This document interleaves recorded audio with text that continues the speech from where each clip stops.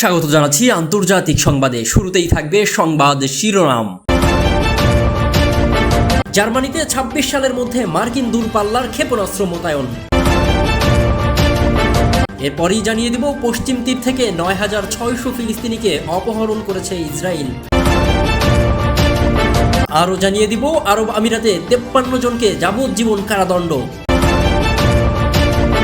আর সর্বশেষ জানিয়ে দিব মায়ানমারের মংডুতে রকেট বিস্ফোরণে এক পরিবারের ৪ জনের মৃত্যু। এতক্ষণ জানাচ্ছিলাম সংবাদ শিরোনাম, এখন থাকছে বিস্তারিত। জার্মানিতে ২৬ সালের মধ্যে মার্কিন দূরপাল্লার ক্ষেপণাস্ত্র মোতায়েন করা হবে। ন্যাটো জোটভুক্ত দেশগুলোর প্রতিরক্ষা আরও শক্তিশালী করার জন্য ২০২৬ সালের মধ্যে জার্মানিতে দূরপাল্লার ক্ষেপণাস্ত্র মোতায়েন করবে যুক্তরাষ্ট্র।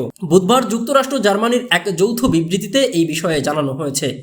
বার্তা সংস্থা রয়টার্সের প্রতিবেদনে বলা হয়েছে, মার্কিন যুক্তরাষ্ট্র ধারাবাহিকভাবে এসব দূরপাল্লার ক্ষেপণাস্ত্র সক্ষমতা মোতায়েনের পরিকল্পনা করেছে।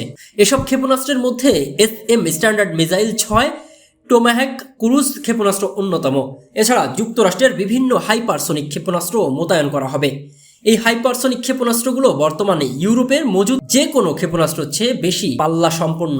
আর যুক্তরাষ্ট্রের অস্ত্র নির্মাতা প্রতিষ্ঠান রেইথন এই স্ট্যান্ডার্ড মিসাইলস ৬ ও টোমাহক ক্ষেপণাস্ত্রগুলো তৈরি করেছে। ১৯৮৭ সালে সোভিয়েত ইউনিয়নের তৎকালীন প্রেসিডেন্ট মিখাইল গাভরাসেস ও মার্কিন যুক্তরাষ্ট্রের সাবেক প্রেসিডেন্ট রোনাল্ড রিগান স্বাক্ষরিত ইন্টারমিডিয়েট রেঞ্জ নিউক্লিয়ারেন্স ফোর্সের ট্রিটের আওতায় ইউরোপের ভূমি থেকে ক্ষেপণাস্ত্রযোগ্য মাঝারি পাল্লার ক্ষেপণাস্ত্র ব্যবহার নিষিদ্ধ করা হয়েছিল। ২০১৯ সাল পর্যন্ত এই চুক্তির মেয়াদ ছিল।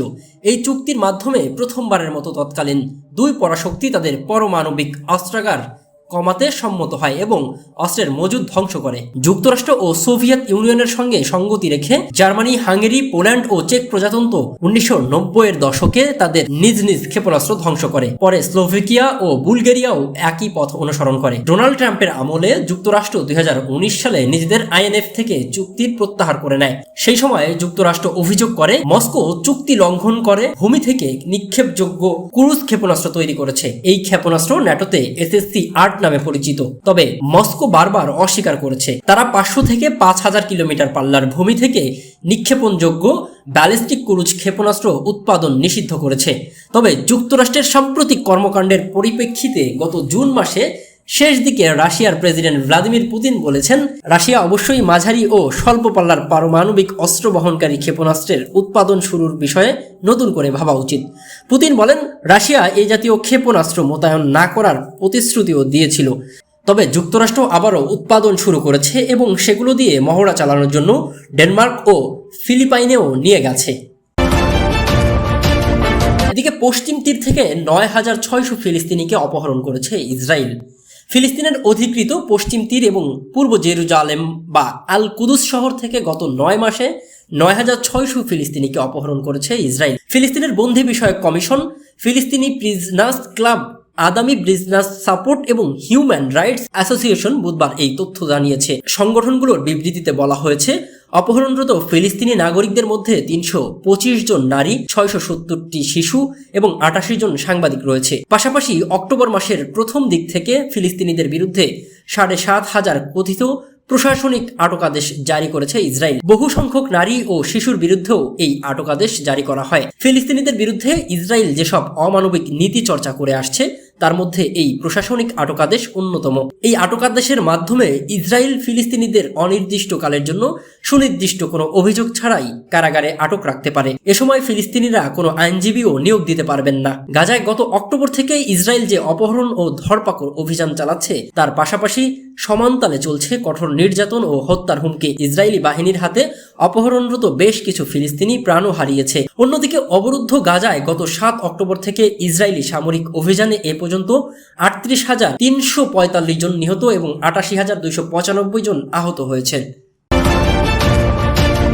এদিকে আরব আমিরাতে ৫৩ জনকে যাবজ্জীবন কারাদণ্ড দেওয়া হয়েছে। সংযুক্ত আরব আমিরাতে ৫৩ জনকে যাবজ্জীবন কারাদণ্ড সহ আর্থিক জরিমানা করেছে ফেডারেল আপিল আদালত। সন্ত্রাসবাদের অভিযোগে অভিযুক্তদের বিভিন্ন মেয়াদে শাস্তি দিয়েছে আদালত।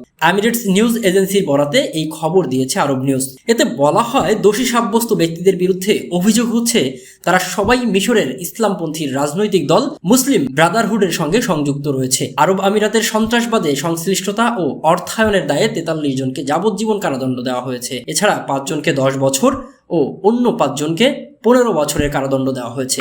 এর পাশাপাশি মুসলিম ব্রাদারহুডকে অর্থায়নের দায়ে আরব আমিরাতের প্রায় 6টি বহুজাতিক বাণিজ্যিক প্রতিষ্ঠানকে প্রায় 2 কোটি দিরহাম জরিমানা করেছে আদালত। এছাড়া ওই প্রতিষ্ঠানগুলোর সম্পদ বাজেয়াপ্তর নির্দেশ দেওয়া হয়েছে এবং তাদের কার্যক্রম বন্ধের নির্দেশ দেওয়া হয়েছে। 2013 সালের সন্ত্রাসবাদ ও সন্ত্রাসীদের সঙ্গে সংশ্লিষ্টতার অভিযোগে আমিরাতের বিভিন্ন রাজ্য থেকে শতাধিক নাগরিককে গ্রেফতার করে পুলিশ। তাদের সবার বিরুদ্ধে অভিযোগ গঠন করে আদালত। পরে সেখানে 94 জন দোষী সাব্যস্ত হন। এদিকে মিয়ানমারের মাংডুতে রকেট বিস্ফোরণে একই পরিবারের 4 জনের মৃত্যু হলো। মিয়ানমারের চলমান সংঘাতে পুরো আরাকান রাজ্য জুড়ে চলছে জান্তা সরকার বাহিনী ও বিদ্রোহী গোষ্ঠী আরাকান আর্মির মধ্যে দফায় দফায় আক্রমণ পাল্টা আক্রমণ।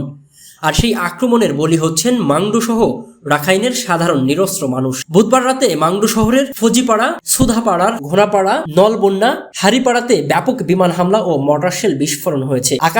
আকাশ থেকে ছোড়া হয়েছে রকেট ল্যান্সার, যার আঘাতে ফজিপাড়া এলাকায় একই পরিবারের 4 জনের মৃত্যু হয়েছে বলে জানা গেছে। আগুনে জ্বলছে জুলপাড়া গ্রাম। মিয়ানমারের এক মাংডুর বাসিন্দা জানান, রাত থেকে আমাদের গ্রামগুলোতে আকাশ থেকে ও স্থলভূমি থেকে শুধু বৃষ্টির মতো গোলা ছুটছে। আমরা কেউ বাড়ি থেকে বের হতে পারছি না, আমাদের জন্য দোয়া করবেন। এদিকে সেন্ট মার্টিন থেকে হুয়াইক্যাং খেরাংখালি পর্যন্ত 20 কিলোমিটার সীমান্ত জুড়ে, অর্থাৎ মিয়ানমারের নাক্ষন্দিয়া হতে নাগখুরা পর্যন্ত মিয়ানমারের অভ্যন্তরের এলাকাগুলোতে গত 2 দিন ধরেই কোনো ধরনের হামলা বা বিস্ফোরণ হয়নি, যার কারণে সীমান্ত পারের বাসিন্দারা স্বস্তিতে আছেন বলে অনেকেই জানিয়েছেন।